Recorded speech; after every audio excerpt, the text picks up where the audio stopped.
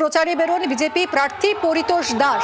আর সেই সময় পরিতোষ দাসকে দেখে জয় বাংলা স্লোগান দিতে থাকে তৃণমূল কর্মীরা। পাল্টা জয় শ্রীরাম স্লোগান বিজেপি কর্মীদের। পরিস্থিতি উত্তপ্ত হয়, দেখুন।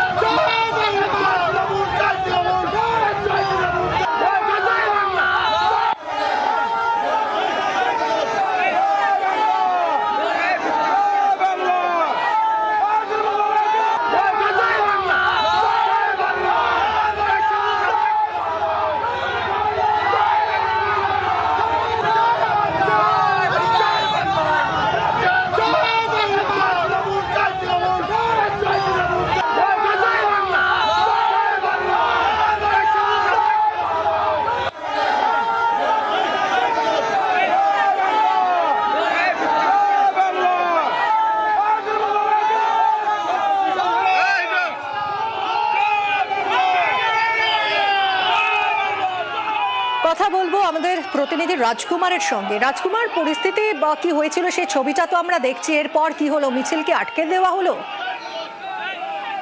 দেখো মিমি, এই যে ঘটনাটি, যে ছবি আমরা দেখাচ্ছি, এটা কিন্তু আলিপুরদুয়ার শহর লাগোয়া যে 34 প্লট এলাকা, 34 প্লট এলাকায় যে আড্ডা মায়ের যে মন্দির, এই ঘটনাটি ঘটে।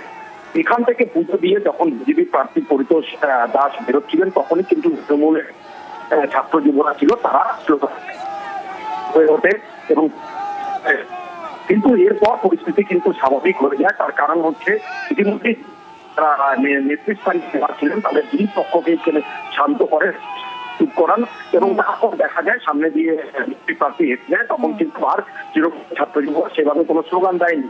ফলে ভোট শুরুর মুহূর্তেই কিন্তু একেবারে এই যে ভোটের দামামা বাড়ছে যে স্লোগান উঠলো আলিপুরদুয়ার, এই ঘটনায় কিন্তু বিভিন্ন এলাকায় বেশ ছড়িয়েছে। ধন্যবাদ রাজকুমার।